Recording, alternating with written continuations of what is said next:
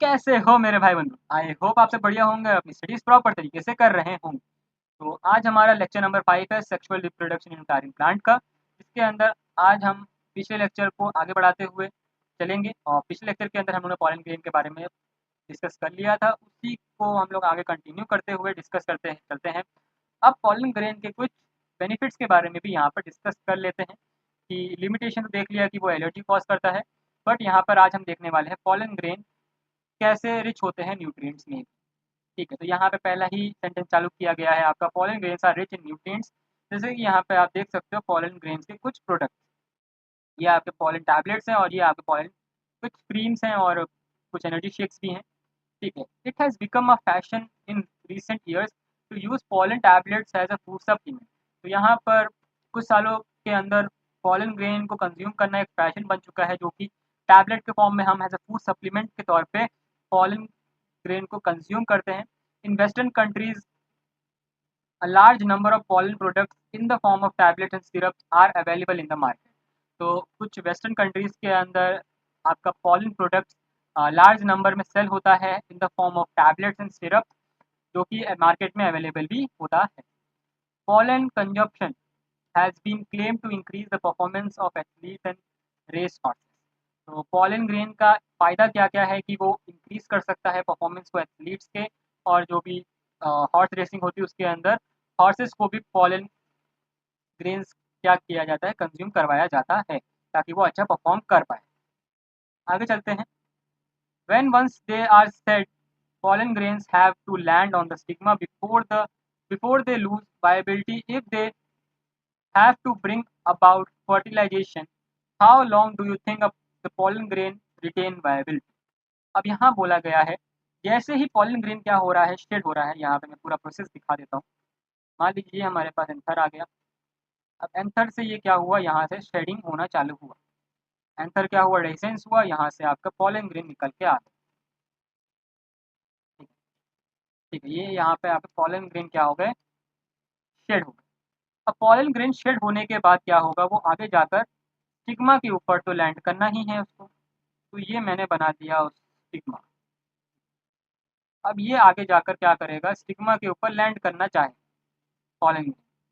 अब यहाँ पे क्वेश्चन क्या बोल रहे हैं कि कितनी देर तक ये अपनी वायबिलिटी मतलब क्षमता को मेंटेन कर सकता है कि पॉलन ग्रेन यहाँ से लेकर यहाँ तक पहुँच पाए।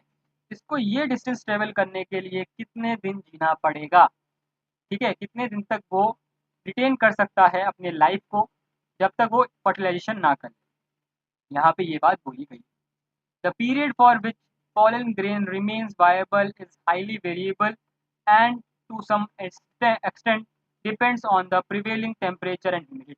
अब यहाँ पे सिंपल सी बात बोल दी गई कि हर स्पीसीज के पॉलन ग्रेन्स के लिए वायबिलिटी पॉलन ग्रेन्स की वेरिएबल होती है, वो भी हाईली वेरिएबल। मतलब कुछ कुछ स्पीसीज जो होते हैं वो बहुत लंबे समय तक वायबल रह सकते हैं, कुछ स्पीसीज के जो पॉलन ग्रेन्स है वो मिनट या 2 मिनट तक की वायबिलिटी अटेंड कर सकते हैं।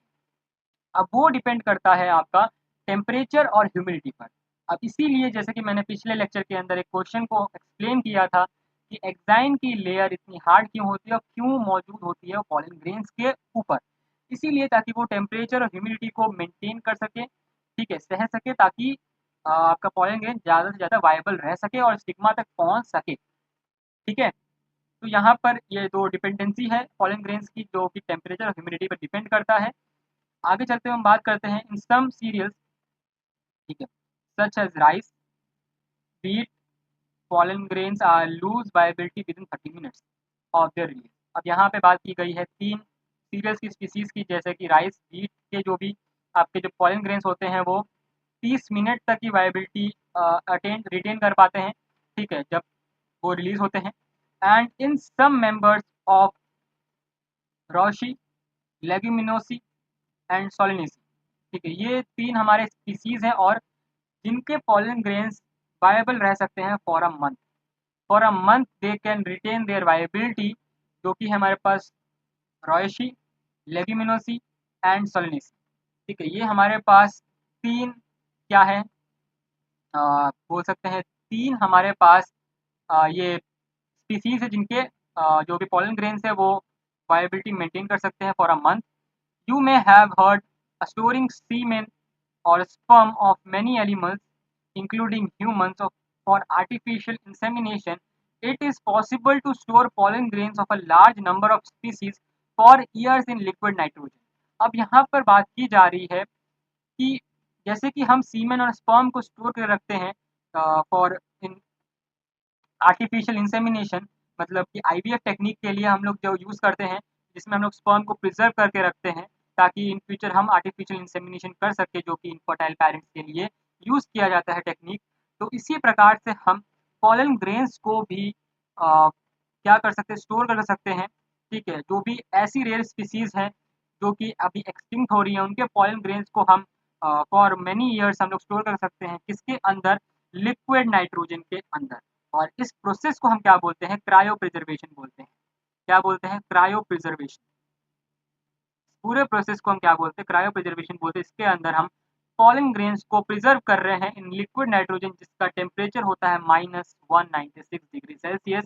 ये ध्यान रखिएगा, एमसीक्यू के अंदर आ सकता है इन नीट एग्जाम, क्योंकि बहुत छोटे छोटे एग्जाम, सॉरी आपके नीट एग्जाम के अंदर बहुत ऐसे सिंपल सिंपल क्वेश्चन भी पूछ लिए जाते हैं, वो आपको पता होना चाहिए, क्योंकि आपका वहाँ से स्कोर भी बढ़ सकता है।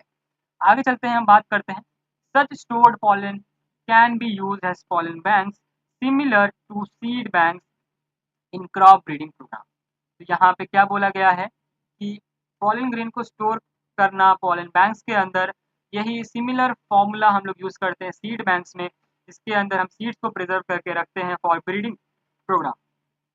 ठीक है, तो ये बात हो गई हमारे पॉलन ग्रेन की, और इसी के साथ हमारा मेल रिप्रोडक्टिव सिस्टम फ्लावर का यहाँ पे खत्म हो जाता है, जिसके अंदर हम लोग ने माइक्रोस्पोरोजेनेसिस एंथर पॉलन ग्रेन के बारे में डिटेल में डिस्कशन कर लिया है।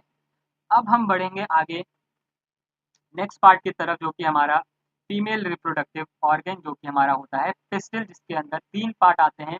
पहला हमारे पास ओवरी, स्टाइल एंड स्टिग्मा। तो ये 3 पार्ट मिलकर आपका क्या बनाते हैं, पिस्टल बनाते हैं। ठीक है, और इसके अंदर हम देखेंगे मेगास्पोरोजेनेसिस के बारे में और ओव्यूल एम्ब्रियो सैक का फॉर्मेशन। थोड़ा सा डिटेल और थोड़ा सा लंबा होने वाला है पिस्टल वाला पार्ट, और ये खत्म होने के बाद हम फिर मिलन करवाएंगे एग का और पॉलन ग्रेन का। ठीक है, तब तक के लिए बने रहिए हमारे साथ, और चैनल को सब्सक्राइब कर लीजिए, वीडियो को लाइक कर दीजिए और शेयर कर दीजिए अपने दोस्तों तक, ताकि वो भी इन सारे लेक्चर्स का लुत्फ उठा सके। ठीक है, तो मिलते हैं आपको नेक्स्ट लेक्चर में, तब तक के लिए बाय।